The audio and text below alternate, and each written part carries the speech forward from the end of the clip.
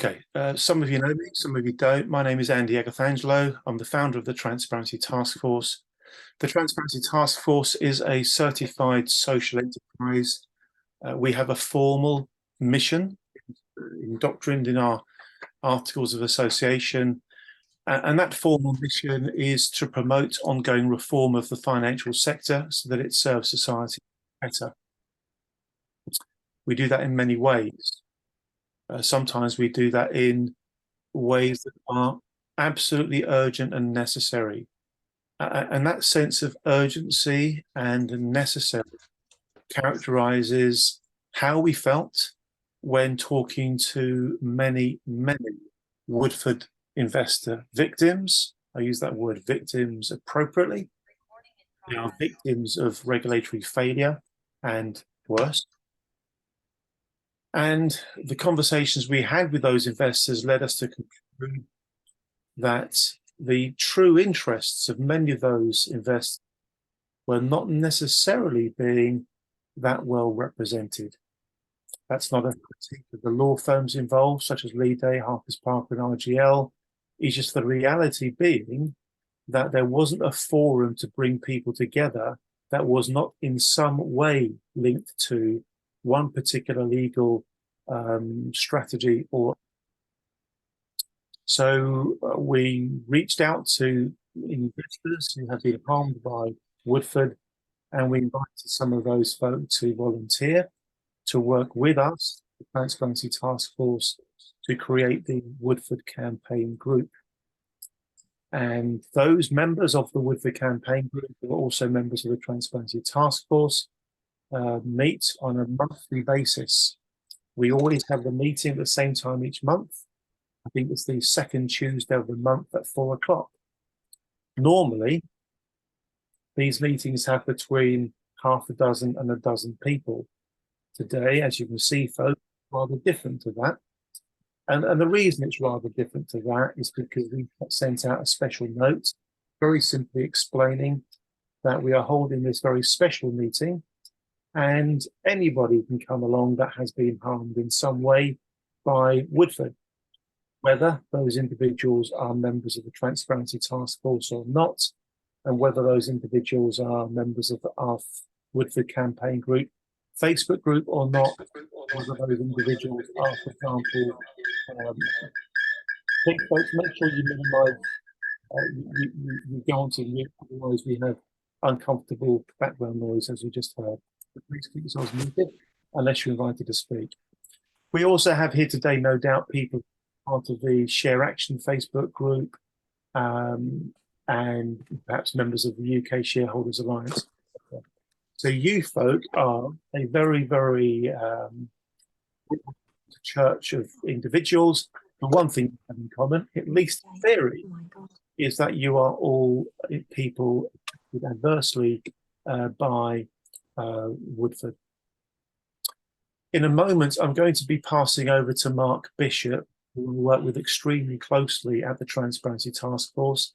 Mark helps me to run the Transparency Task Force, the all-party group on personal banking and fairer financial services, Secretariat Committee, and the Woodford Campaign Group.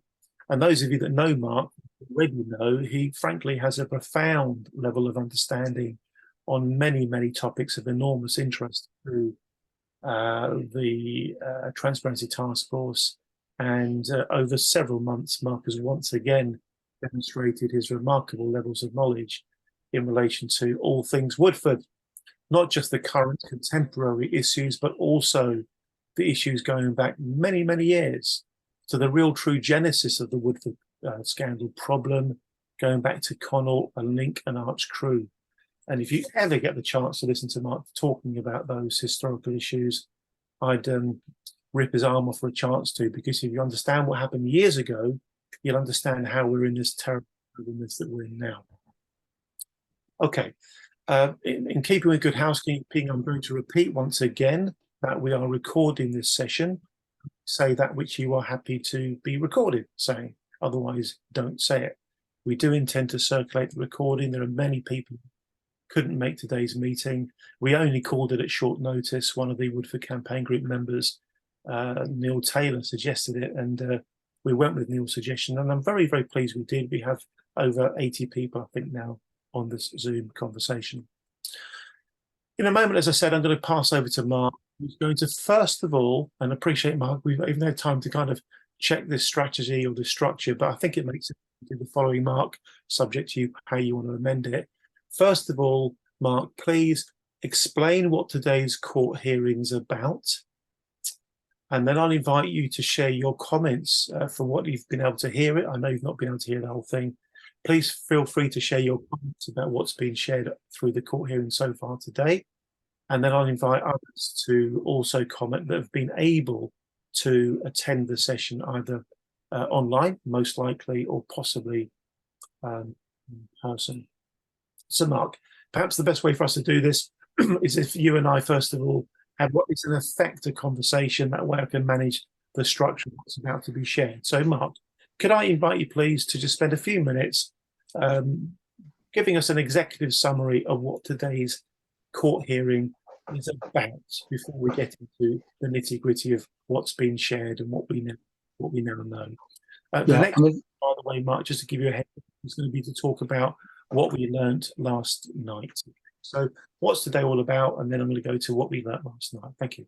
Okay, thank you. So what this hearing is about, the hearing took place or is taking place in the Rolls building, which is kind of sort of near to Chancery Lane Tube and that sort of part of London, starting at 10:30 this morning. And the aim of the hearing is that it's really the first part of a legal process whereby Link Fund Solutions Limited is trying to execute what's called a scheme of arrangement. A scheme of arrangement is a proposal that is put to the creditors of a firm or organisation in which they are encouraged to agree to accept less than the full amount of money that they are owed because it is felt to be a better or less bad outcome than trying to hold out for everything that they are owed. So that's what a scheme of arrangement really is. And the purpose of the hearing is really for the firm that wants to organise such a vote to set out to the court how it wants to operate a voting process. So what proposition does it want to put in front of the creditors, who it determines are the creditors, how it will communicate that proposal to those people. So really that is the aim of the hearing from the point of view of Link. From the point of view of the creditors and other relevant stakeholders, they have the right to put really why they think it isn't a good deal, or why, not really why it's not a good deal, why the process isn't good, how the process could be improved, things like that. And by those other parties, that can mean, for example, an individual investor can speak. So we have Alan Pyatt, who is a sometime member of this group, and is really now effectively a volunteer Transparency Trust Force, remarkable individual. He is effectively appearing, although not a lawyer, in front of the court, representing the interests of creditors. Any other creditor could have chosen to have done that. People from the law firms, such as Lee Day, they are presenting to the court as well. So is the Financial Conduct Authority. So these stakeholders basically have their say about this, the process that is being proposed by Link. And of course, Link argues for that process itself. Mark, thank you very much indeed. If anybody has any questions relating to what the purpose of today's hearing was, or indeed anything else, feel free to use the chat. If you don't know how to use chat in Zoom, and that may be the case for many of you, please just Google it, how to use chat in Zoom, and you'll get some very clear and very, very straightforward explanations. Okay, Mark, I'm going to be staying with you. As you know, Neil is still in the session that's still going on. So can you talk to us about the communications that have been sent out in general terms? And then if you don't mind, can you please focus on what we thought the role of the investor advocate was? And then I'll move on to what we learned yesterday. Thank you, Mark. Okay, so Link created a website to which it uploaded a document called the Practice Statement Letter, PSL. I'll call it PSL throughout this. And the PSL really sets out the proposed kind of process and documentation that it intended to put in front of the court today. And it had created two entities which it was going to tell the court were effectively representing the interests of the creditors. The first one was called the investor advocate, and the second one is called the I'm trying to remember IC investor committee, the investor committee. Investment. So I'll deal with first that investor committee. They appointed somebody as chair of it, and that person then appointed 8 members. 2 of those members represent institutional investors. One of them we're pretty sure is Hargreaves Lansdown as manager of the HL Multi-Manager Fund. We don't know who the other one is. The others are private investors. We don't know who they are. That entity has not spoken to the court, and we don't think is going to speak to the court. So it's of minor relevance at this stage, but it will become more relevant later on because we understand that it will create a report which will be uploaded to the website I've mentioned, and it will be used as evidence that the scheme has support from investors. The person I'm much more interested in at this point is the investor advocate. Now, given that title, a reasonable person might assume that this person is an advocate for investors. What we learned yesterday, of course, before this, we already knew there's a slight concern that this person was appointed by Link. But what we learned yesterday is that the guy who's appointed, Joe Bannister, he actually has terms of reference, an engagement letter from Link, which say he is not an advocate for investors. He's not a lawyer standing up making investors' case as he understands it. Rather, he is a person who receives questions from investors, then applies to the lawyers for Link, such as Clifford Chance, to get answers, and then distributes those answers. And while doing so, forms his own view of whether the investors are right or wrong in the representations that they make. And he then reports, both in a report that's uploaded to the website and to the court, about what his view is of the investor's view. So he isn't really an advocate, he's a judge in a way, but he's a judge who is paid for by the people applying for this right to run the scheme arrangement, and paid for by them, and terms of reference set by them. So we found out that he was somewhat conflicted last night, and we spent a certain amount of time, to put it bluntly, leaning on him, reminding him of his professional obligations and the risks that may be attached to appearing to be and being called an investor advocate, but not actually advocating for investors. So we hope, but we cannot guarantee. And I have to say, I've not been listening in to the proceedings, though I know that Andy has until this call.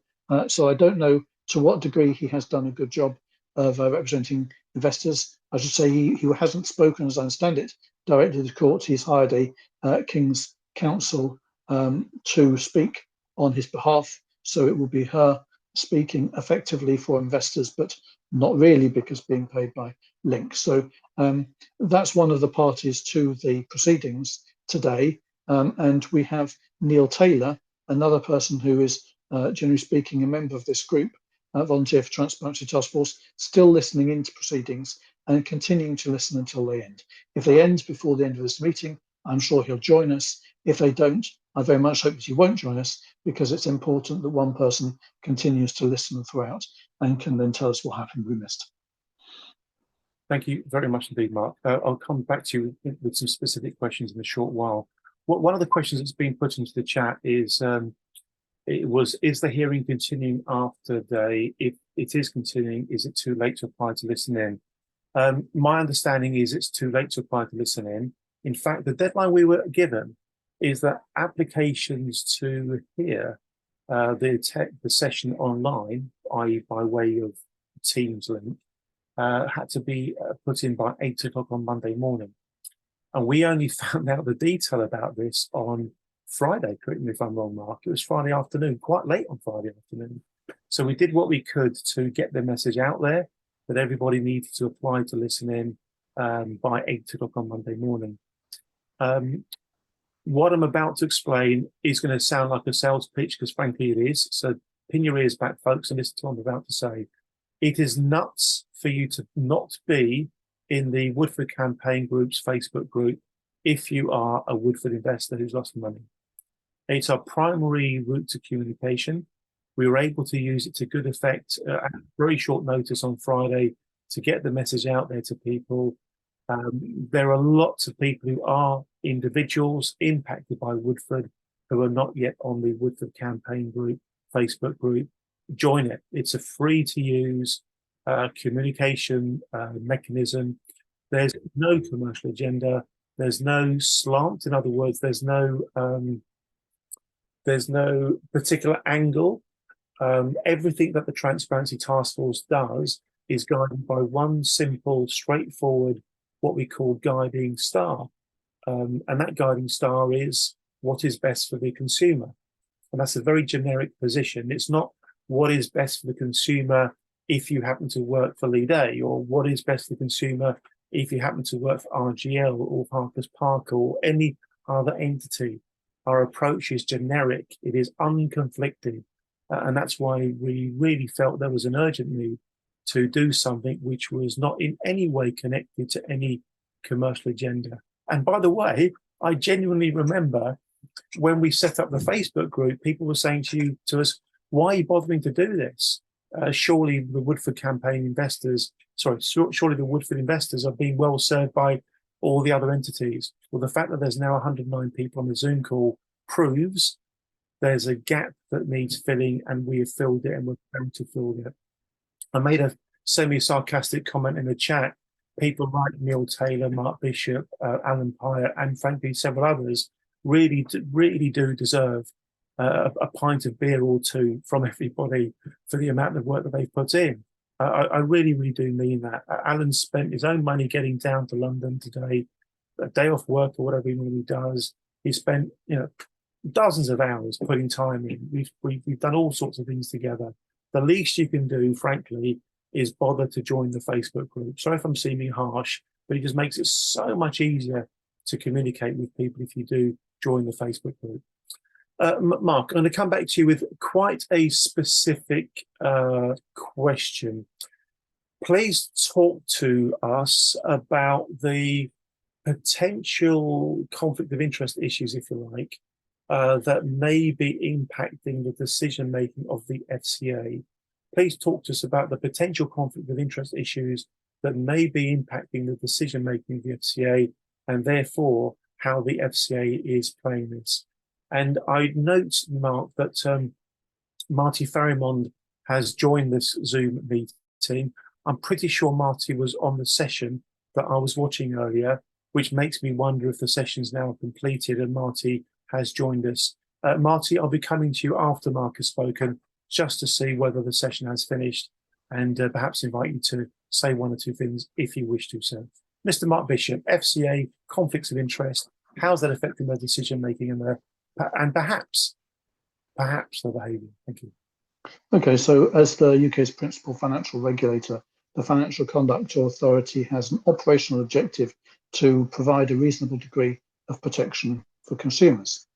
And of course, you are all defined by law as consumers in the sense of being private investors in a collective investment scheme that is regulated by the FCA. So they should be there to protect you. And in trying to protect you, they should be thinking about what is in your best interests. So obviously trying to get redress for what happened in Woodford is in your best interests. The more of it you get, and the sooner you get it, the better. Now, if I were a representative of the FCA, I would be saying there is a tension between more and sooner. And the scheme offers you less money than might be available by other means, but it offers it sooner. That may or may not be true. Let's say for the moment that it is true. Even if it is true, it's in your interest as consumers to be given full and complete information so you can judge whether it's true.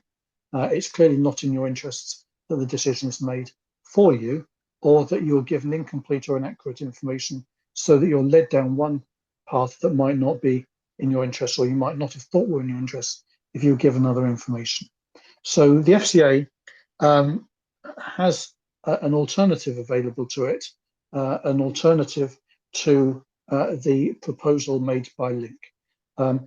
Under the Financial Services Markets Act 2000, it has the right to obtain what's called a restitution order against any authorised firm or individual. That is an order of the court requiring it to pay a sum of money, any amount of money, to any party. The FCA can think of, whoever it wants to receive a sum of money. And of course, if a firm or an individual thinks that that's unreasonable, they have the right to go to court to try and overturn it. So the FCA could have got a restitution order, could now get a restitution order against Link Fund Solutions to pay you a sum of money. And that restitution order could be for a larger sum of money than the amount that's being proposed by Link under the redress scheme. As a minimum, it could be £298 million, which is the sum that the FCA believes that you've lost specifically as a result of the fund being gated, not being able to get your money out at the end. Obviously, 298 is significantly more than the figure of between 180 and 230, which is proposed under the scheme. It's, roughly speaking, half as much again. Now, it could be the case that if the FCA were unsuccessful, if the FCA were to apply for a restitution order, Link could fight it and Link might succeed. That would be a valid argument, but you can't evaluate whether that argument holds water or not and what the risks are to a restitution order unless you're given information. So the FCA, in our view, should be giving you information about the quality of the evidence that it's uncovered about wrongdoing and negligence by Link. Unless you've got that, you can't form a view, not a sensible view anyway. Also, the FCA could get a restitution order for more than £298 million. It could get, for example, one that was larger to cover the loss of returns on your capital that you've suffered because it's been locked up for all these years. It could also get a restitution order to cover monies lost not through the gating, but through the malinvestment of your money. And if it was going to get that, it would be getting it not just for you, but for other investors in the fund who were not gated, those who left before the end, but who nonetheless suffered losses. So there could be quite a lot more money, and that money, we don't know how much it would be, who it would be paid to, but effectively you're being asked to do a deal on behalf of yourselves and potentially on behalf of other people without a full amount of information. Andy said, there is an issue here about a conflict of interest within the FCA.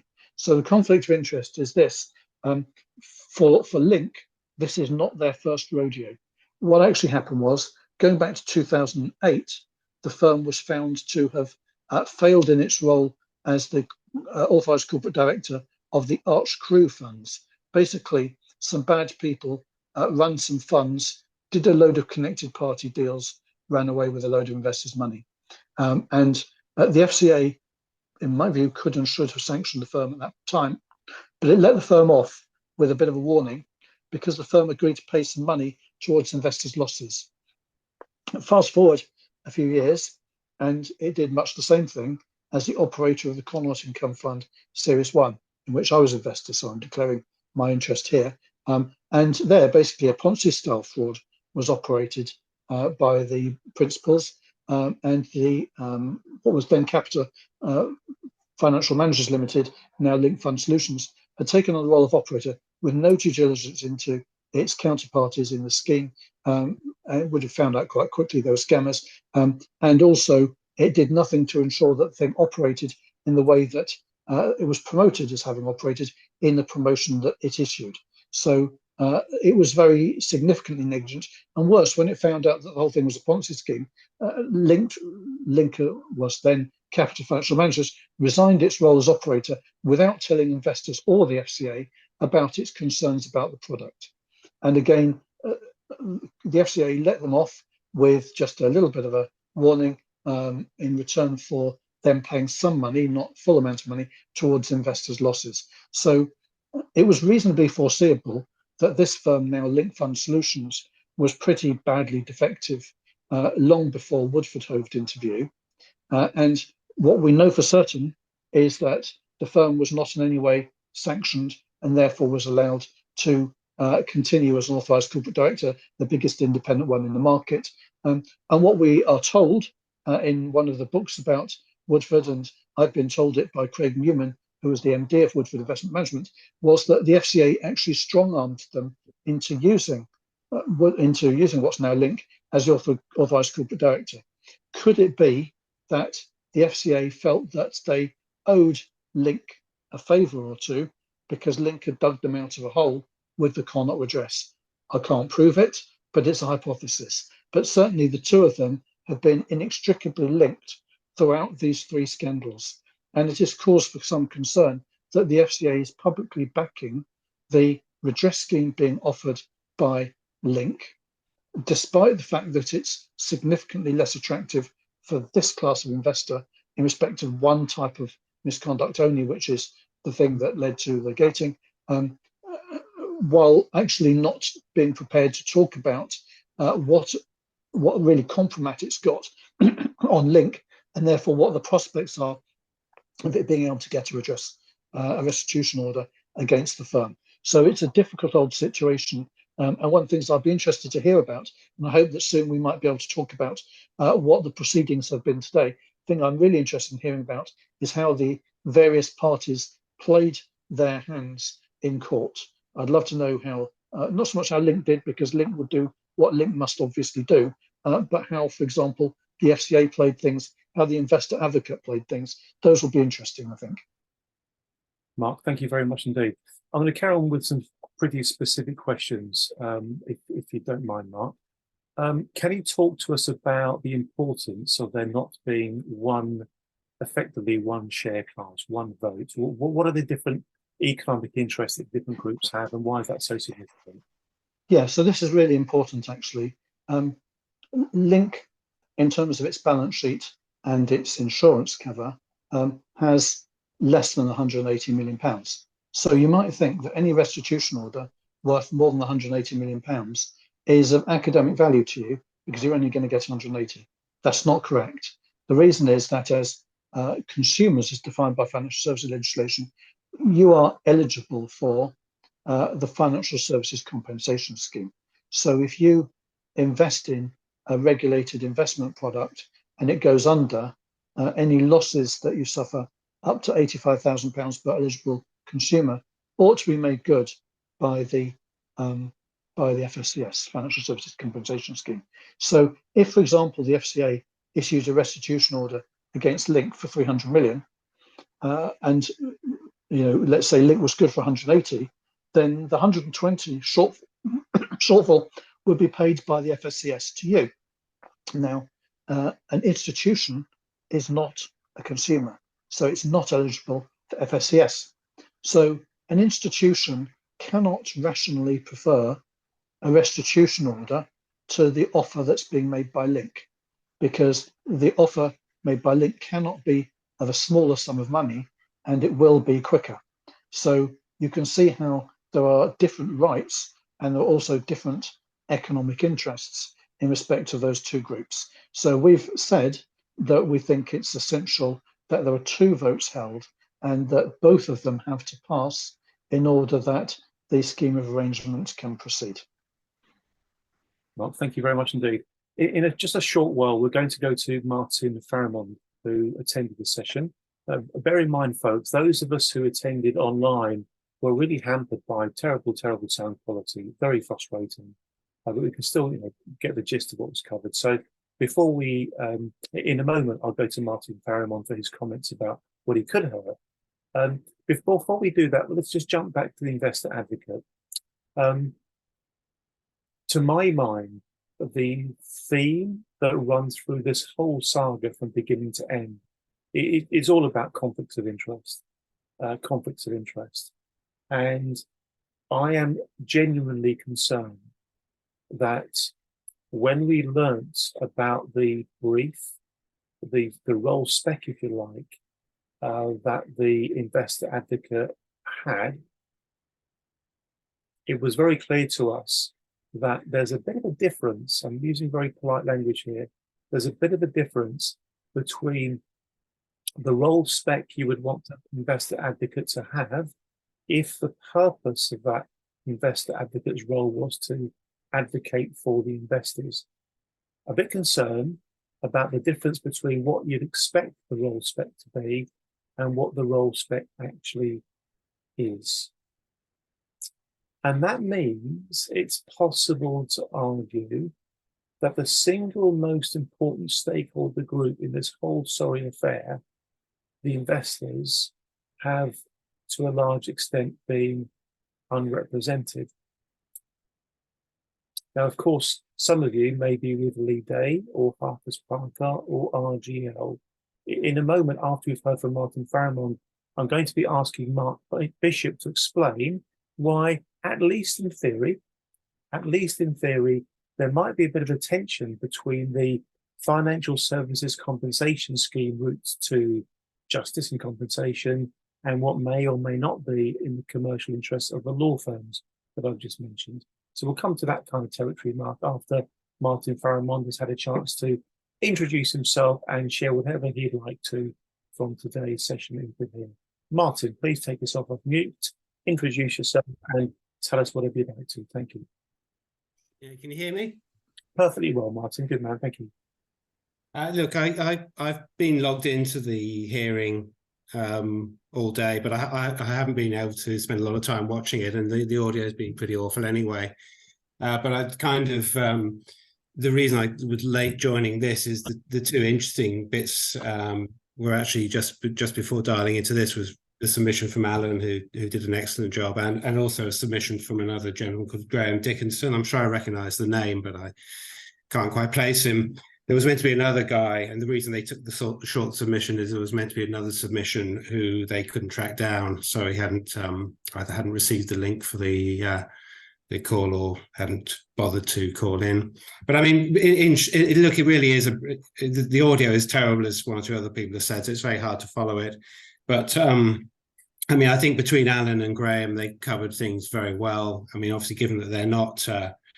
I don't believe either of them has legal backgrounds. It's quite an intimidating environment for them to be in, but they covered the ground pretty well in terms of the adequacy of the proposed settlement. You know, in terms of covering losses both post suspension and obviously not covering any of the losses before suspension, and also covered very well the communication issues about communicating the settlement to investors and making sure that investors have a say in an informed say in whether to accept it or not. So they did a grand job in those regards. I'm not even quite sure what the kind of it sounded to me like the proceedings were coming to an end when I left to join this call. They were going to, said there was a short recess and they were going to come back, but it sounded like they were coming to the end. Not even sure does it go on tomorrow, or is that it today? And then judge goes away and thinks about things. But anyway, that's my summary. Martin, that's an excellent summary. Thank you very, very much indeed. I'm going to take an opportunity, if you don't mind, ladies and gentlemen, just to invite you to thank and congratulate the people who've been working behind the scenes volunteering, people like Martin, who just gave us his account, people like Mark Bishop, Neil Taylor, Alan, who spoke on behalf of investors today, and many, many others. Please do take a moment just to thank them for what they've doing. Remember, this is purely voluntary. There's no commercial agenda here at all. People are just doing this because, frankly, they're fed up with what's been going on and they want to fill a void that needs filling, true, authentic representation of ordinary investors' interests. In a moment, I'm going to Mark Bishop to ask him to talk about this potential tension between what the law firms want and what might be in the interest of others. But before I do that, I'm going to go to a really important point. Staying with this theme that perhaps the investor advocate isn't advocating for investors That sentence sounds so stupid, doesn't it? You know, perhaps the investor advocate isn't advocating for investors. We've encouraged Alan Pyatt to seek to get hold of the letter of engagement that applied to the investor advocate, inverted commas, and also the investor advocate, inverted commas, terms of engagement. Mark Bishop, to you, sir, could you please explain the theoretical, I'm using that word very importantly, the theoretical tension between what might be good for law firms and what might be good for some investors? Thank you. Yeah, I'm happy to do it, but first I'll say what you've got in common with them. They very much want the scheme of arrangement to fail, because if a scheme arrangement happens, not only the people who vote for it, but all of the people who are the gated investors will have signed away every litigation right you can imagine. And I do mean every litigation right you can imagine, not just against Link Fund Solutions, against its parent, against its directors, against its professional advisors, against, the old deer at the end of the street. Pretty much you will have signed away everything.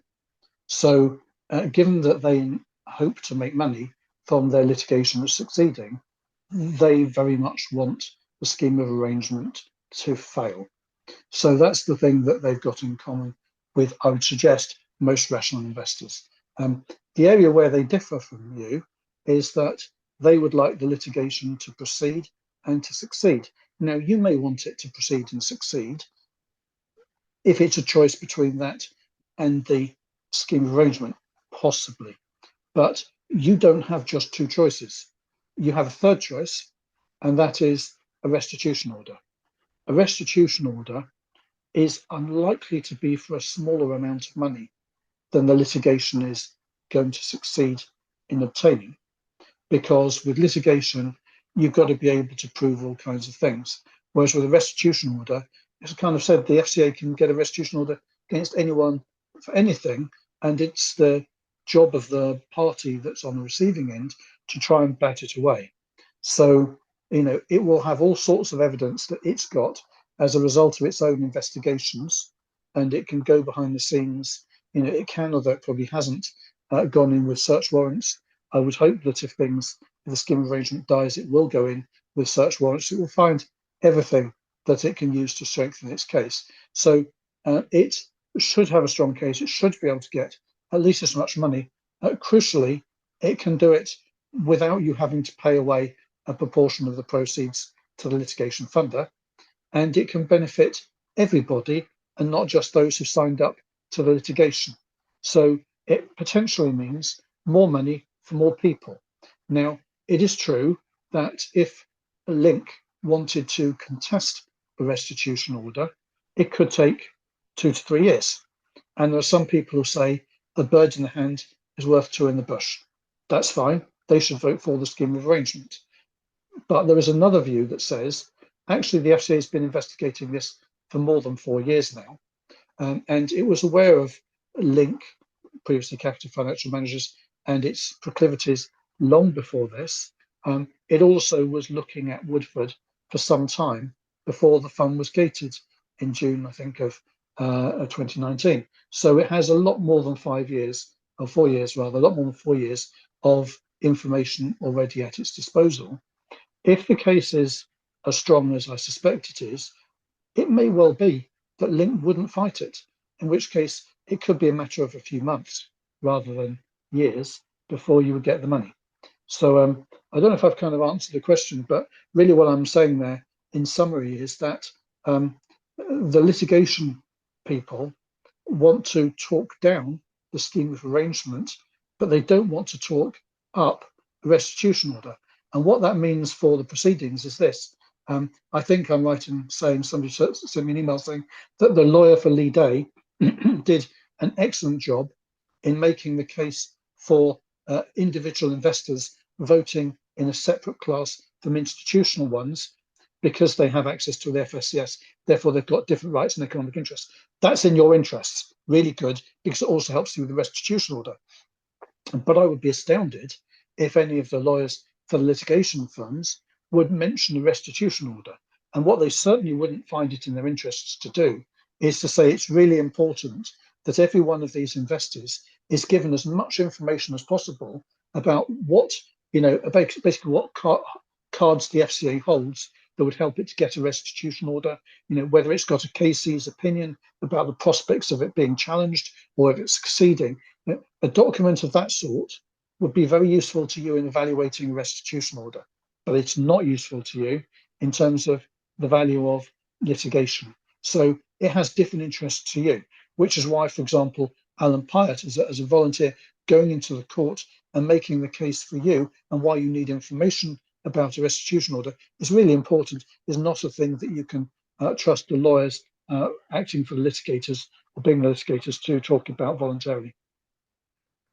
Well, thank you very much indeed. We may well come back to Mark Bishop for various other comments and questions in a minute. I'm sure, Mark, there are things you may want to say that you haven't yet had a chance to, so feel free to go sort of off-piece next time we talk. I'm going to invite anybody that would like to ask questions. If you want to put a question to us, we'll do our best to answer it.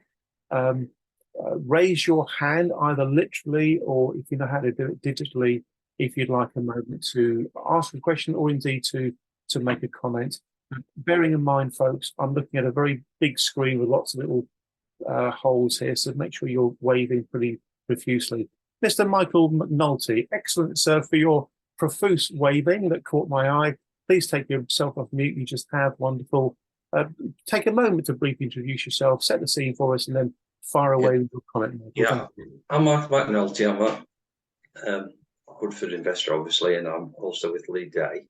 But the thing I don't understand is why did Link write to investors like me and ask us to apply for that advocate role?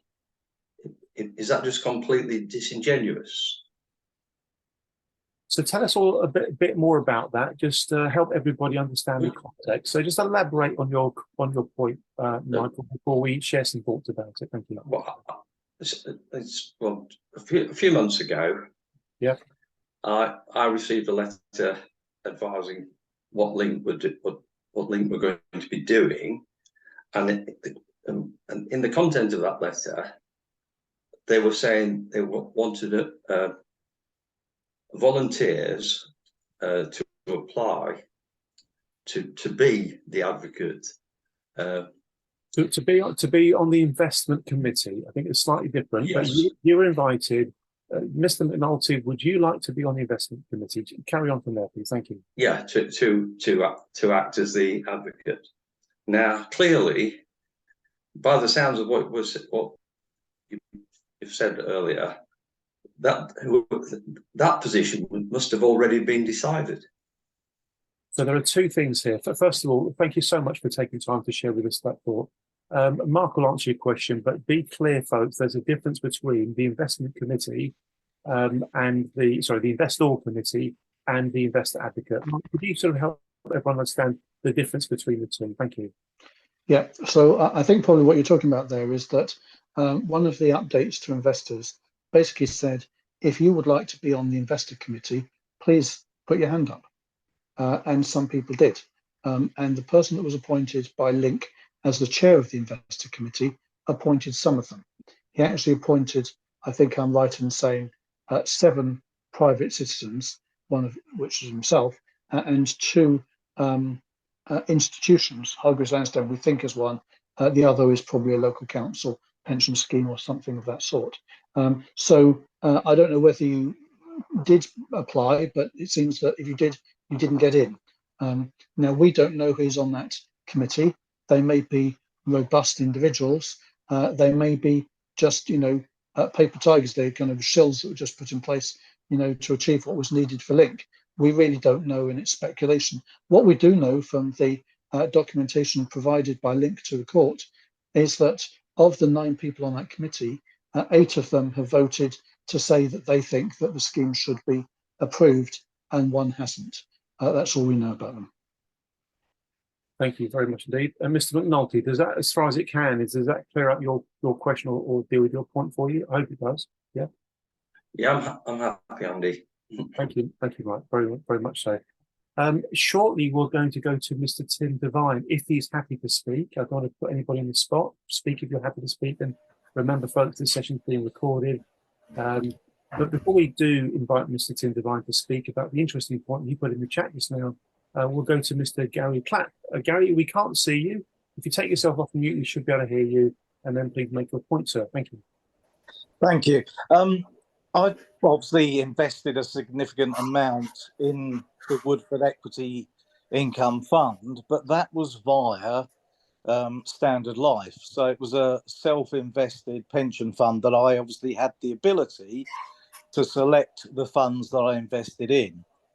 And obviously with hindsight, I wouldn't have invested as much as I did in the Woodford Equity Income Fund. But what concerns me, and I'm still discussing this with Standard Life, and I'm getting very little back from them, is I've never received the letter that came out that was dated the 7th of September. So Standard Life has never sent that to me, or as far as I'm aware, any other people who invested via them in the Woodford Equity Income Fund. And in terms of obviously the meetings that are going to take place in December, and where they actually decide whether or not the vote is in favour of accepting the scheme or not, how is that actually possible if a large number of investors have never even received the letter in the first place?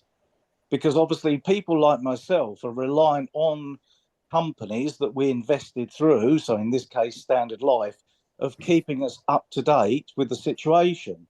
But Standard Life has never provided me with anything. I'm always having to contact them, and they still don't come back with anything. Gary, I think you make that point brilliantly, perhaps almost as well as Alan Pyatt made it during the session today. Alan was able to refer to some data. He referred to data that was produced as a consequence of 2 surveys that have been done over the last couple of weeks. It was Alan's idea to do the surveys, if I remember rightly. But there was one survey all about the different share classes, and there was another survey all about what communications have you received and where's it come from. You know, was it from your platform? Was it from Link or whatever? And Alan was able to make the point in the session earlier today that the communications has been terribly ineffective. We know from the data we've got that many people are completely unconsciously incompetent. In other words, they simply don't know what they don't know because no one's actually talked to them about it or told them about it. And there's one enormous difference, isn't there, ladies and gentlemen, between somebody being on a platform and that platform putting a note on the communications bar. There's a difference between them doing that and them knowing the person's actually gone in. Sometimes I use an investment platform. I sometimes don't go in for months and months and months and months. So if you don't know there's a really important message waiting for you there, you may be completely unaware of what's going on. And Anna made that point really well. And my interpretation of the Justice Bacon's response was that she got the point he was making.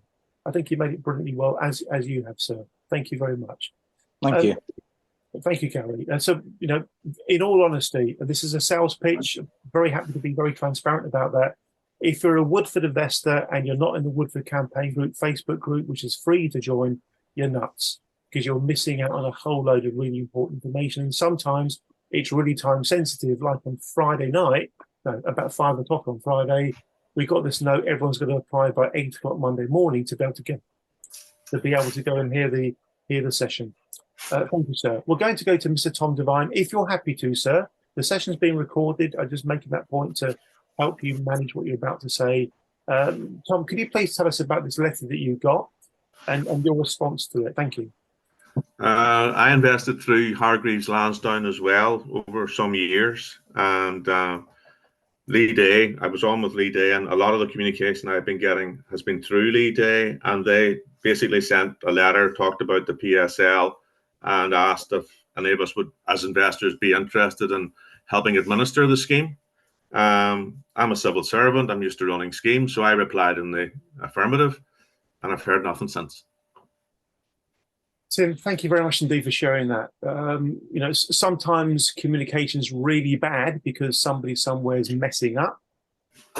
I'm getting pretty cynical, ladies and gentlemen. Sometimes communication is really bad because they want it to be really bad. And frankly, for reasons that we'll hear in a moment when I ask Mark Bishop to talk about the voting arrangements, sometimes you might think that they don't want you to know what's going on. Forgive me sounding cynical, folks. Mr. Mark Bishop, tell us what we know so far about the voting systems and what we don't yet know that we need to know. Thank you. Okay, so we've heard from somebody that was concerned about whether or not, you know, he and people generally have been notified about this vote and been handed the information by what's known as platforms, by the providers through which individual consumers tend to invest in funds and investment trusts and things of that nature. And as Andy has basically said, this is a very widespread concern. And we carried out a survey which suggested that very many people hadn't been notified. We also found examples of people who had been told that the platform would vote for them, not necessarily under their direction, yes, but the way the platform. Also, she's waiting for a blood. We also heard of somebody who was told if they wanted to vote, they'd have to pay for it because they would be in a different class of consumer deemed so by the platform. There's also, of course, a big issue of the fact that 15% of the fund was held by the Hargreaves Lansdown Multi-Manager Fund. And this fund, it looks as though it will either not vote at all or the fund manager will vote on behalf of consumers, not under their direction, but doing what the manager thinks is the right thing.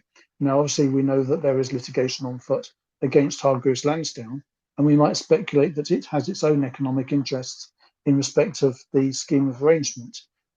So really, the overall point that's being made here is that consumers may well not know about this vote, and even if they do, they may not have an opportunity to vote. And this is concerning because it feeds into how the vote is held. Now, when a scheme of arrangement vote is held, there is discretion on the part of those who run it to make an application to court about how the thing should operate.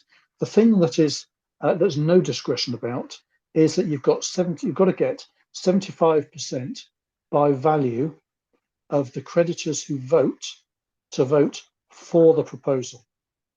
So remember, that's not 75% by value of the creditors, it's of the creditors who vote. So if you get a load of creditors who vote for it, and one who votes against, but the one who votes against owns 90% by value, the scheme will go through. So they often put in a second requirement, which is a 50% threshold. This is by volume of those who vote or of all of the creditors. Now, the proposal as it stands from Link is that they will have the 75% they've got to have in, and they will also have a 50% of those who vote. There is no threshold of all of the creditors. So effectively what might happen is you might get a situation where, a load of institutional investors vote and a few private investors. And if they're all lumped together in one group, actually you could get beyond 50% by value and 75% by, 75% by value and 50% by volume, even though maybe fewer than 10% of the investors actually ever participated in the vote. So one of the things that we hope that the investor advocate and Alan have made the point about in the hearing was, there should be a threshold, and it should ideally be 50% participation level and support for the proposal.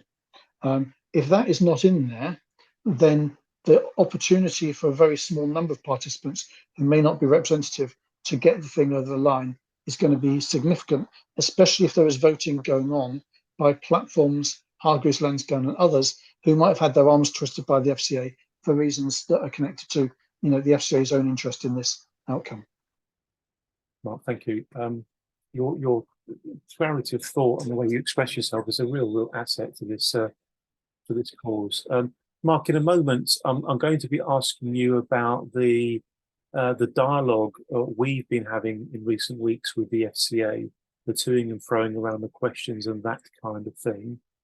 And I'm wondering, Mark, whether we might be able to produce something that shares what we've learnt that people on this call may not necessarily know now, from two sources: what we've been told by the FCA, and also the responses we got in writing from the investor advocate, in inverted commas, the investor advocate. But I'll come to that point second. First of all, Mark, what would you like to say in terms of the interactions we've had with the FCA? Thank you. Okay, so when it became known that the PSL practice statement letter had gone out, we sought to engage with the FCA, principally with Therese Chambers, Executive Director for Enforcement. There are actually two people with that job title now. One looks at wholesale markets, one at consumer ones. She's the one that looks at consumer ones, so she's the one that we need to be interested in. Trying to get clarity, wanting to engage with her. She hasn't once replied to an email, but they have been forwarded to a team called Executive Casework. I'm not going to name the individual in the executive casework because that person is below senior manager level, and therefore they can stand for the organisation, not for themselves, whereas Therese Chambers is clearly a member of the senior leadership team. But that individual has proven helpful to us, albeit that they have been held back by the challenges in extracting information from their colleagues, who I suspect are mostly those in enforcement and perhaps to a degree those in the FCA's legal department, known as General Counsel's Division. So we have received information back from them. I personally would say I think we need to be careful about releasing that information, and also information we've had from the investor advocate, because I don't think it was clear that we were intending to circulate this information. It probably was, it may have been in respect of the stuff from the FCA, but it wasn't in respect of what we had from the IA. So we need to think about what we can, if anything, release, but no harm in summarising it. The FCA's position was, in respect of anything to do with how the vote operates, what communications are given to investors, the challenges of getting to reach investors, it was talk to the investor advocate, not us. In respect of the scheme and things like the alternative, the restitution order, they said, they kind of maintain their position. We think that this proposal is in the interest of investors. It gets them money sooner with more certainty than other courses of action. The area where they've kind of pushed back, I think, probably is more in terms of what information is given to investors. They said that more information would become clear at the hearing. And from what we've seen from the bundle of documents submitted by Link, there will still be a significant lack of clarity about the quality of the FCA's case for a restitution order. I think most people who read the documentation from scratch will form the view that it's a very uncertain, case of, a bird in hand being worth two in the bush. I think that they would not be rational to vote for rejecting the scheme of arrangement. I think they may perhaps have been misled, but that's a personal opinion rather than, anything that one can kind of enforce and, take to a court of law. So it is a mess, really, and it's not as we want it to be. The investor advocate, I mean, we talked a lot about him previously. His position has generally been unhelpful. Really what he said is, I have my engagement letter, and this tells me that I should listen to what investors say, not necessarily advocate it, but evaluate it and, form my own opinion and present that opinion to the court. Mark, thank you very much indeed.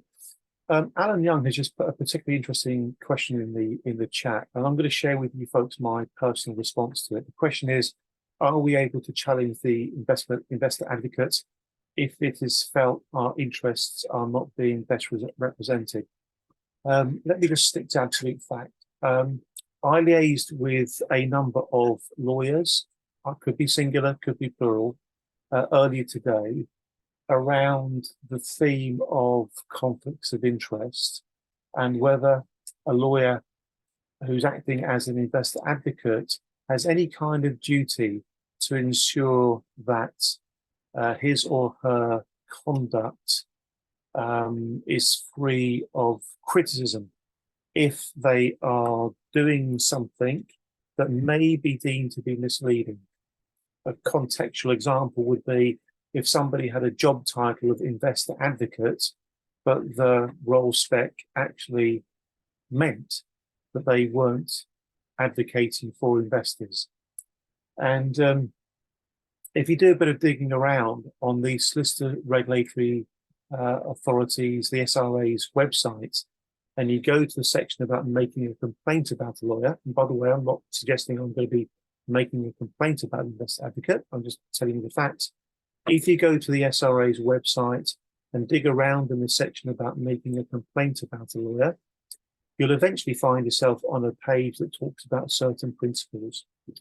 And one of the principles a law firm has got, and I guess by influence an individual lawyer has got, is that he or she must be mindful if various parties are being misled. And it uses the phrase or other. I'll try to find the link in a minute and I'll literally show you.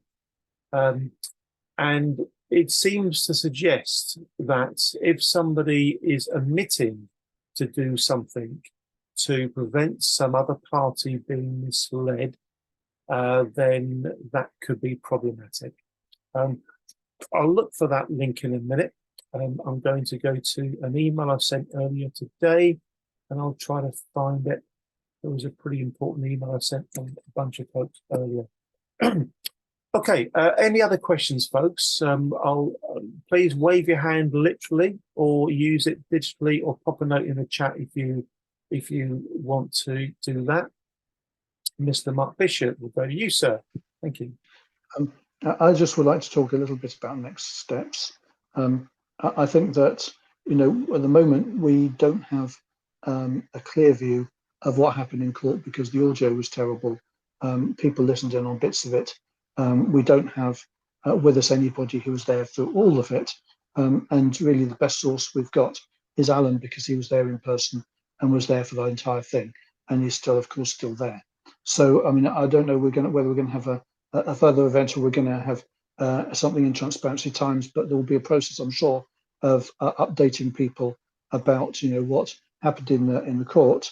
But I think what will happen, you know, there will be key things. Either the proposal was accepted in its entirety or it was modified in some areas. Those are the only two possible outcomes of today's hearing.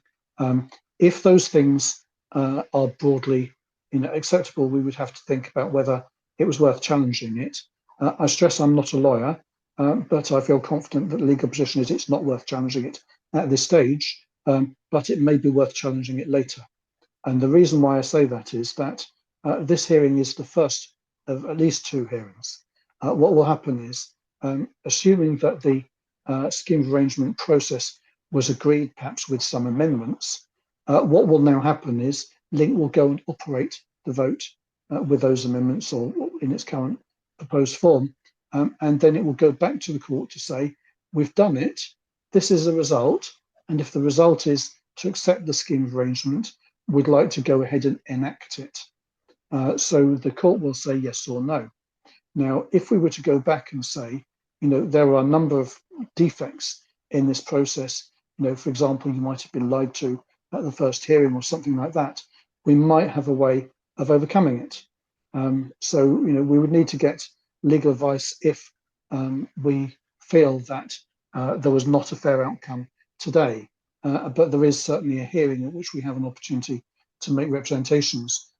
My own view, for what it's worth, is that probably it will be difficult to challenge the outcome of this court proceeding, because even if the investor advocate acted suboptimally, it's clear that Lee Day was there, the FCA was there, and also Alan was there. Alan clearly is acting for the investors without doubt. The FCA will be presumed to be acting for investors because it has a statutory duty or an operational objective to protect consumers. We might have our doubts, but that's the position. And Lee Day will be presumed largely to be acting for investors because it is engaged and instructed by a group of investors, even though it may have different interests than some other investors. So I think that the court will probably have the view that it reached a determination on the facts that were presented before it, and I don't think those will go away. So I think what will really come down, what this comes down to, is how people vote. Personally, I think that that will also be a question of what was agreed about the thresholds for voting. If the threshold for voting is only 50% by volume of those who voted, then I think that they've already won. I think that they will get enough votes to win. I think if you need 50% of all of the creditors, I don't think they'll get to that, because I think that the process of communicating it is defective and cannot be fixed in time. So I think they will fail. That's me predicting the future. I'm not running a book on this, but if I were, my money would be on that it depends on what the voting process is.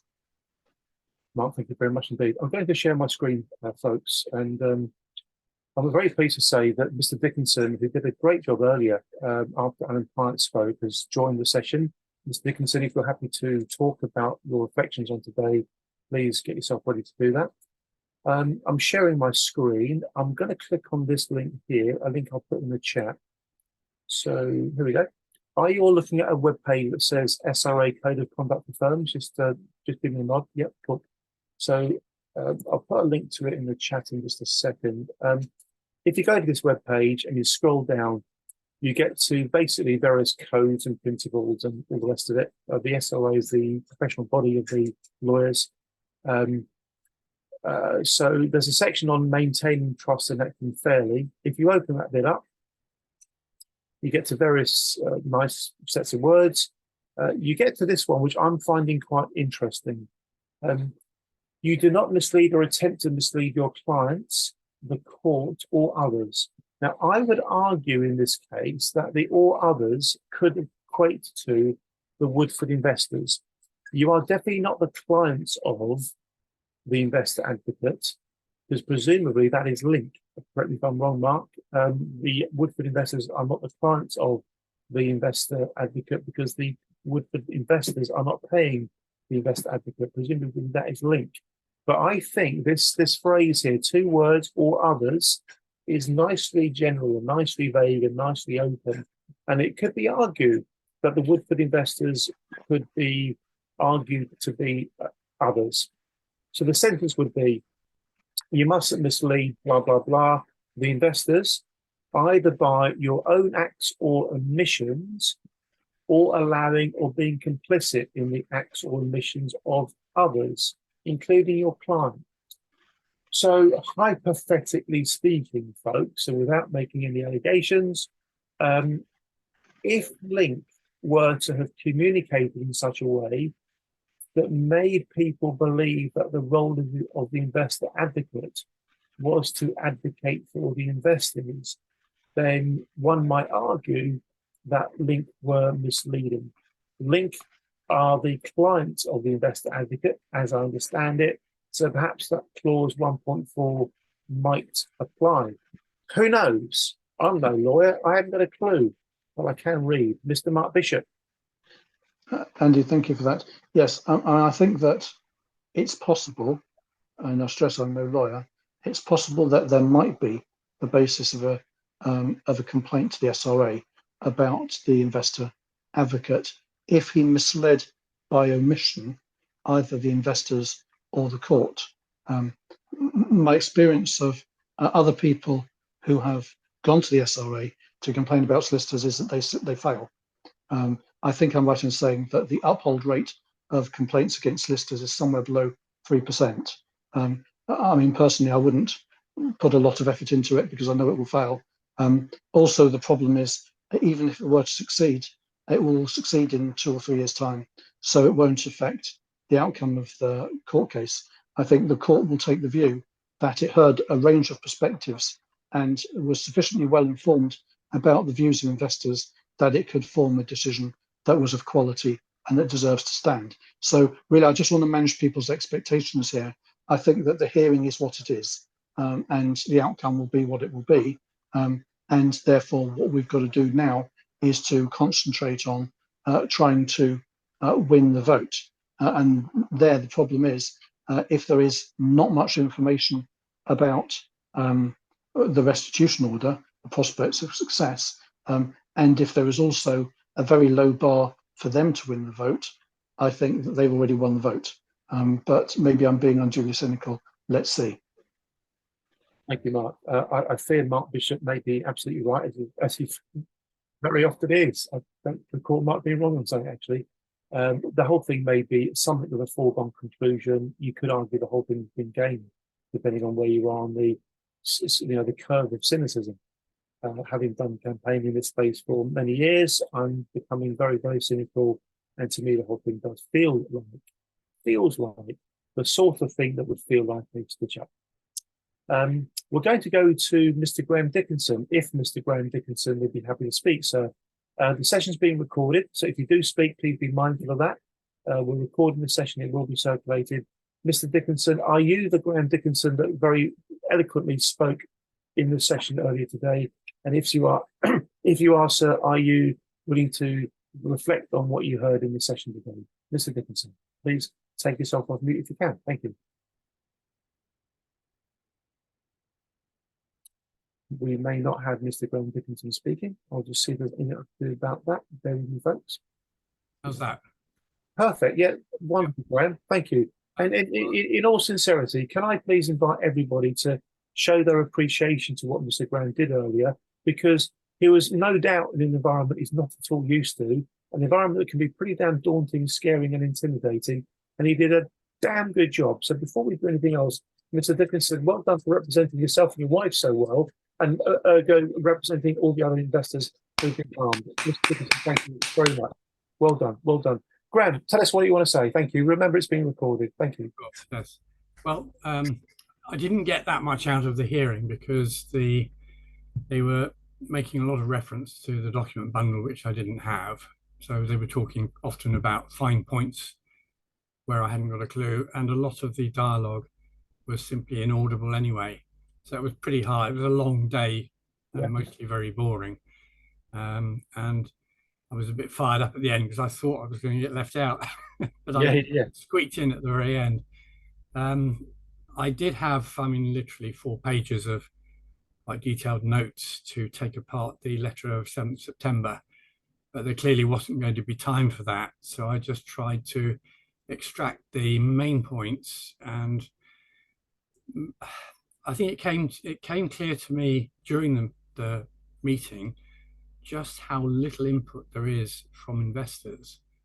It's vanishing small, and it's an astonishingly small amount. There's 220,000 investors and 30 people signed up to attend that hearing. That to me is ridiculous. And this is all being railroaded through without any real, most of the investors have not got a clue what's going on at all. And part of the way that they've presented or not presented things and not communicated effectively is behind that. And they've nearly got away with ramroding this through.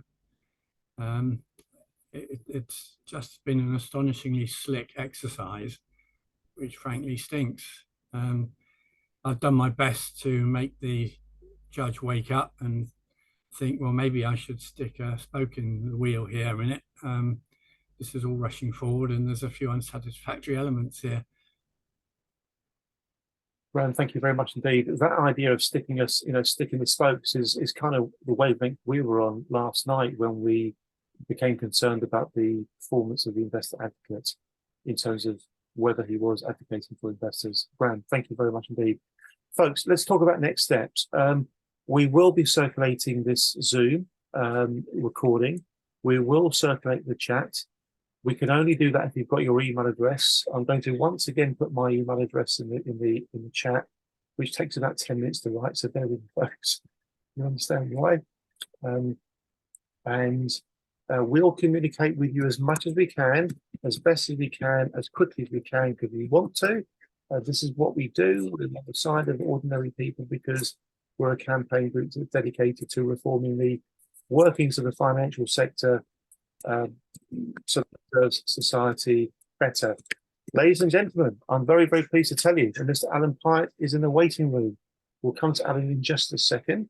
Like Mr. Dickinson, Mr. Pyatt deserves a few pints of beer and more, and certainly something of a bow. So Alan is going to be with us shortly. I've got a feeling Alan might be willing and able to share his thoughts about what happened today. Mr. Pyatt, you've timed this beautifully, sir. I'm assuming that you have just come out of the session.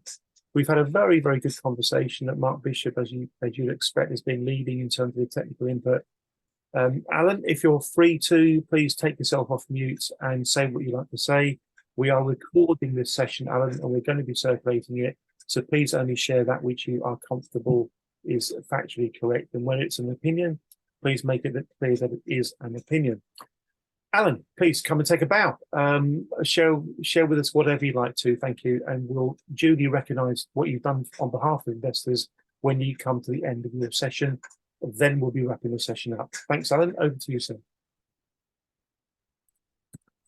You may need to take yourself off mute.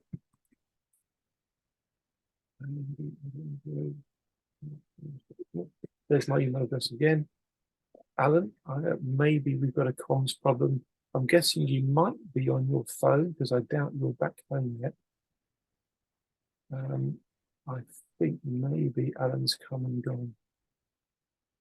We may be having connection problems. Here's what I'm thinking in terms of next steps, folks. We'll pop you an email. We'll bring you all up to speed as best as we can by email next week, probably 6 o'clock on Monday. But I repeat, that is definitely not firm. Probably 6 o'clock on Monday. We'll have a Zoom session like this. It'll be free to attend. There's no string, there's no catch here. Please, for goodness sake, become a member of the Facebook group, become a member of Transparency Task Force if you want to. But we'll definitely do what we can to bring things up to date. I know the judge was talking about a catch-up session on Thursday. I think that's going to be very, very important. It looks like Alan's had to come and go, so we won't be hearing from Alan Pyatt. Does anybody have any final points before we go to... I'll go to Mark Bishop for any final comments from Mark before we bring things to a close. Mark, anything you want to say? Thank you. Not really, other than thank you everybody for coming, and thanks particularly to those who listened to the proceedings and who attended and made points on our behalf. Mr. Mark Bishop, thank you very much. So key point is make sure we've got your email address, and we'll keep you posted, folks, and we'll organise a Zoom meeting for early next week. It could be Monday at 6 o'clock. That's not definite. As soon as we know what we're doing, we'll... Hello, Andy. Oh, there he is. Alan Pyatt. Out of nowhere. Wonderful. You found yourself a room somewhere. Well done, sir. Well, lucky. Yeah, I had to. Yeah. There was too many numbers this morning saying 298, 300 million, and it was all getting a bit. I feel like jumping up. And anyway, okay.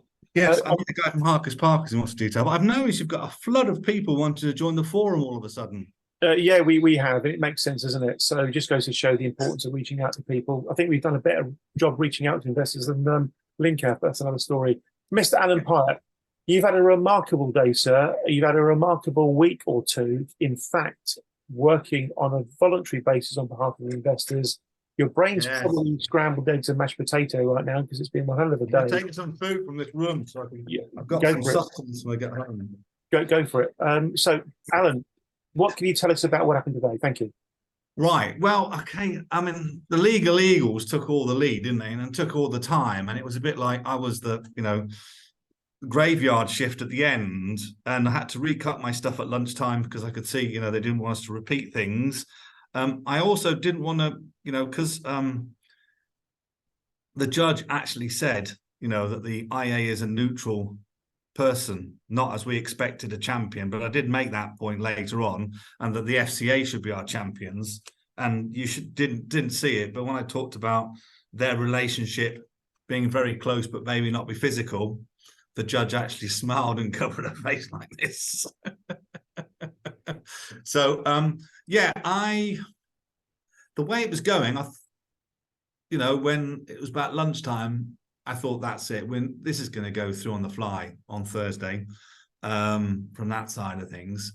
I hope I've made the point that they haven't got this out to enough people, and they seem to be replicating. In fact, they're going to put it on the website so you can download the voting form. Now the voting form changed overnight, and I've actually got a copy of all the Project Eric documentation. Yeah, it's very verbose. So people like Mark and Neil, and not yourself, Andy, but Mark and Neil might want to trawl through it all. I got at lunchtime because I was sitting next to Merrill from Lee Day. He was on my left. I had the IA on my right, and all accounts in front. And I said to her, "Have you seen how the FCA, calculate their magic number of 298?" And she said, "Yeah, it's in the bundle." So she gave me a reference, and on the IA, they opened it up. We just took a photograph, and I sent it to you, haven't I? You and Mark have got it. Yeah. And I was amazed that they only went back to November the year before and just sort of said these, and you can see, the last month there were 207 million shares or something sold, and they just aggregated. And I said to people in there, quite a little bit loudly, so outside when we were having breaks, to say, my son could have done a better job than this. There's no basis for it apart from they're trying to say, if you were in the funds between November 2018 and before it closed, if you'd escaped beforehand, how much money would you have got compared to what you've got now? Yeah. So I still think it's an uphill battle. Graham Dickinson. Is that Graham Dickinson? We got his details. Yeah, Graham's here. Graham's with us. He's already given us a bit of a debrief. And excellent. So I was going to send him because I don't think Graham has got Graham, have you got the link to the scheme website? Not the Lee Day, not the Link Fund Solutions communication site, but the actual scheme website. Yes, I can't think where I got it from, but I've had that open on my screen all day. Yeah. But the only thing I didn't get to cover, because I was trying to rush it a little bit, was to say, look, this is typical for communications. We managed to drag out how much people might get. Yeah. And we got it 10 days ago. It's now appeared on the website, and it's FAQ number 37 right down the bottom, which not many people get to. So I think it will go through. I tried to, and of course the bloody company went against it, didn't they? That they should really get a database of investors and communicate themselves. They're just divorcing their responsibilities downwards to platforms and intermediaries, which is wrong. They should be getting the information and creating it themselves, taking a bit of time to do it. They could have done it months ago or something before they came to court, and then they could have directly communicated. But we know, as I said, why don't they want two classes? I know she didn't want to talk about it, the judge, but I had to make the point because there must be a reason, and we all know what the reason is. Yeah, they want to skew the result. I also I thought I made the point a little bit well that, if only 20,000-30,000 people vote out of 250,000, not very good. It's not representative. So we shall see. I've just given Andy, a company called Debtwire, part of the Accurus company. He's doing a piece on it. So he's already got my presentation from somewhere. So I've sent him the briefing note, and the Investment Week were there as well, sitting at the back. But yeah, I was surprised when the company said there is a potential that the 50 million would just disappear. They didn't say it like that. They said it would, it could erode somewhat, to say the least. And we always knew that was going to be the case, didn't we? Nobody seemed to mention the residual assets. Yeah, that would also pay out whatever's left. We're still waiting for the interim report, which was done, I think, for the 30th. So it should be by the end of this month or sometime in November. Link should have published the September 6-month interim report, which will tell us how much the residual assets are worth. They're worth 70, 90 million, and they went to 40. I suspect they'll be down at 30 and falling like a stone, I think you might be right. I must admit, I don't know how much, so I can't see Neil here. Graham, could you hear much what was going on? Because no, the audio was awful. And in relation to that particular point, Alan, the gentleman from Harper's Parker had quite a conversation with the judge about the restitution order FSCS bits, but the audio was rubbish. We couldn't hear that bit. Do you remember the gist of what that conversation was, and was there any kind of conclusion to it? No, but what they have had is they've got Clifford Chance have got somebody who's doing dictation. He's writing, putting it all in a computer, right? And they can hear it, so it will be there. It's just a matter of when we can get hold of it. Okay, this is the transcript from the session. They kept referring to the bundle and page number, and Noble, and they even talking about some law in some case in Hong Kong that they were referring to. Yeah. It did seem to be like the company link were just trawling the internet for any English, things that had a certain word in it, so they could use it with the judge, which is a bit of a shame, to say the least. Yeah. But yeah, I must admit what's his name? Graham. Yeah, he I don't Graham know. Dickinson is with us now. Is that who you mean? No. The Harkus Parker Harkus Parker Lee guy, yeah. Day person. I thought it wasn't as sharp as I thought it would be. Yeah, I hear what you're saying. Martin Faramon's asked, does anyone know why RGL were not there? Do we know that RGL was not there, Martin? First question. And does anybody know why they weren't there if they weren't? Martin, do you know as a matter of fact that they weren't there? No, I don't. And as I didn't listen to everything all day, I don't know that's a fact. But the only one I heard was the counsel for Harkus Parker. And yeah, there was no RGL present that we're aware of. They weren't made available. They might have been sitting at the back of the court, but there were 2 rows of people at the back of the court who were just sitting there listening from that side of it. I must admit, if you'd have asked all the legal eagles, lawyers, support people, and admin people to walk out, how many would be left?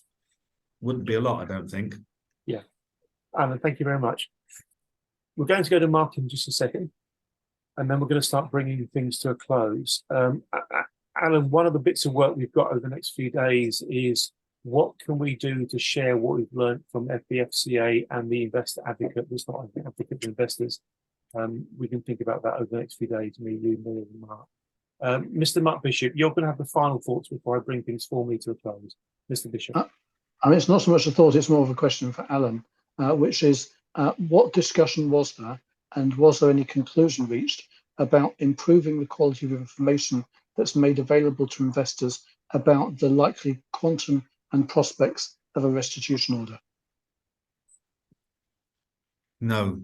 The only work that's going ahead now that's urgent between now and Thursday is the work around the voting form and how people vote and what information will be in the explanatory note to investors. Right. Okay, so there wasn't really debate about improving that information. Not about the restitution order, no. I did make the point, I think people will have heard that, if this doesn't go through, then a restitution order, I would expect as an investor that the FCA would go beyond when it got gated and go back, because we've got as much losses that way as we've got this way. Yeah, you made that point. Forward and backwards, that's right, absolutely. Can I just ask, sorry, can I ask another follow-up question? You talked about Thursday, Alex. Was there another hearing on Thursday? There's another hearing on Thursday. I know that Charlotte's going to be remotely, I think Harkus Park. And so basically Thursday, that the judge will give her.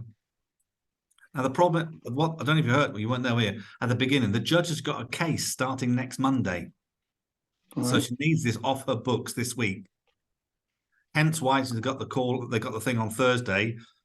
So, the company, Clifford Chance, Harkus Park and Lee Day need to get together and make sure that this explanatory note has the information that investors need to make a decision. Yeah. But I'm still of the view though that, they might get 20 or 30,000 votes if they're lucky out of everybody, because they're going to go down the platform route again and they're not going to release the FCA report, and surely why haven't they had it all tucked away after 4 years? God only knows. I don't know. It's a sad day for investors, I think, and we'll see. I think on Thursday it will get through to the vote. I was by lunchtime. I thought we weren't going to get 2 classes. Then we started to come back again. So I'm not sure on that one. I think we will lose that, but we'll see. And the worst thing is platforms voting on behalf of their clients who aren't direct investors. We can't seem to have got that point across very well, or the judge tried to pull them up about it, but didn't get any mileage with them. And she's got a hard decision to make, and lots of information to take in. Very difficult, I would suggest. She's got a hard decision to make, and she probably now suspects that people who should know what's going on, i.e. investors, don't. No, I'm hoping that's landed nice and well. Yeah. Mark, do you want to just elaborate on or vocalise the point you put in the chat to me? Because it's probably worth airing. Thank you, Mark.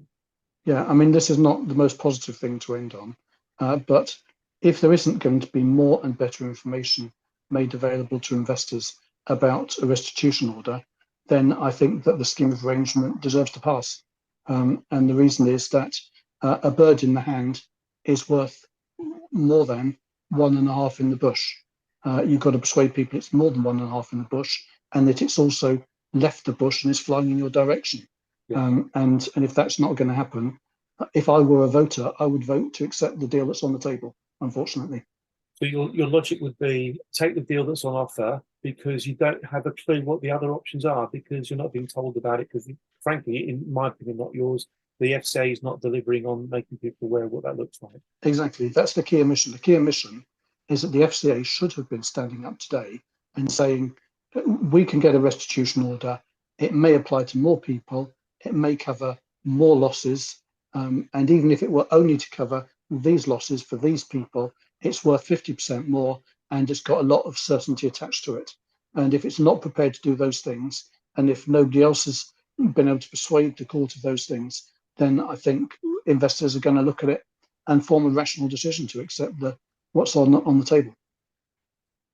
So, folks, in bringing this to a close, before I sort of make my very, very final comments, can we please take a moment once again to thank Alan and Graham and Mark and Neil and all the other people who've been working behind the scenes, who've been trying as hard as we can to stand up for ordinary investors. Can I please invite you to once again thank them for doing that? Okay, well done, guys. Alan, absolutely sterling job you've done today, sir. Absolutely sterling. I hope you get home before midnight. My final comments are as follows. Make 100% sure either myself or Chelsea or Alexander have got your email address. We'll keep you posted. We'll organise a catch-up for Monday, probably 6 o'clock, probably Monday. We'll bring everybody up to speed then. We might be able to share some stuff between now and then. For example, summaries of the info we've had from the FCA and all the investor advocates.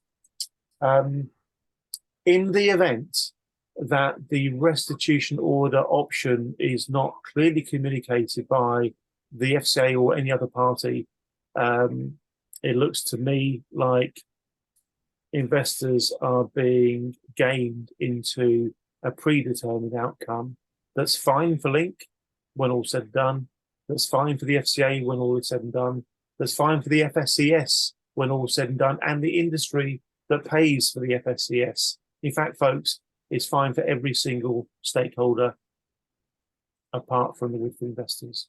On that note, we'll bring this session to a close. Thank you all very much indeed for taking time to join us today, and let's keep talking. Thanks, man. Thanks very much indeed.